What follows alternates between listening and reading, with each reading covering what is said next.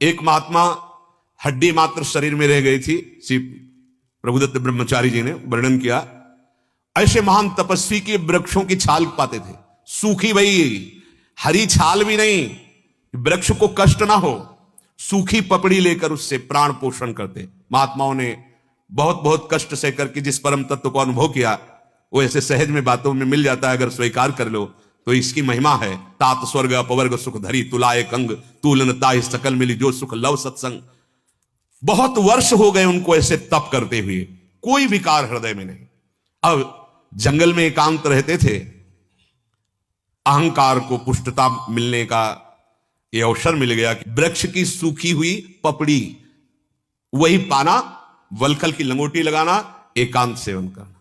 अहंकार जब बढ़ता है तो सुनहु राम कर सहज स्वभाव, जन अभिमान न राखे काऊ।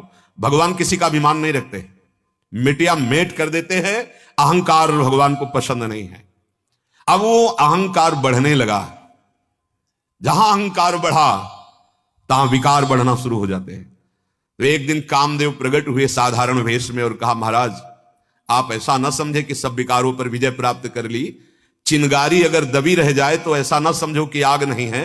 अगर फूस मिल जाए और हवा बन जाए तो ज्वाला की आपको वृत्ति का दर्शन हो जाएगा। अभी वो चिंगारी पर फूस मिल जाए, हवा का सहयोग हो जाए तो ज्वाला का दर्शन करा देगी वही चिंगारी। तो जब तक भगवत साक्षात्कार नहीं होता तब तक चिंगारी रहती है। और अगर फूस मिल जाए ना, देवर्षि नारद जी ने कहा पहले तरंग की तरह होता, फिर समुद्र की तरह छा जाता है विकार।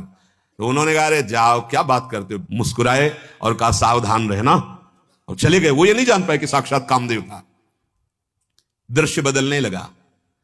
जहां जहां से वृक्षों से पपड़ी लेते थे, अब वहां घी का बढ़िया मेवा पड़ा हुआ हलवा चिपका दिया। वो देखा कि मेरे तप के भय से ये वृक्ष पपड़ी की जगह कुछ खाद्य पदार्थ प्रकट कर रहे हैं। मेरा प्रभाव, क्योंकि अहंकार बढ़ चुका था, जवान से चाटा तो जहां सूखी पपड़ी खाने वाली जवान, वहां मेवा से मिक्स हलवा एकदम देसी घी का। अब इतना हलवा, उनका बड़ा प्रभाव तप का। दूसरे दिन देखा कि कई वृक्षों में, अब बोले पूरा वन मेरे अधीन है।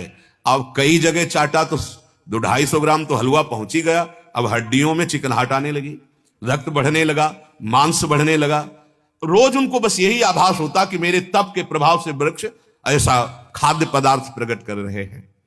एक दिन वो जब गए तो हलवा नहीं लगा हुआ था उसमें। तो कहा आज क्या हुआ? तो देखा कि छमछम की आवाज आ रही नूपुरों की। तो उधर देखा तो एक स्वर्ण के कटोरा में लिए हुए एक नव युवती आ रही।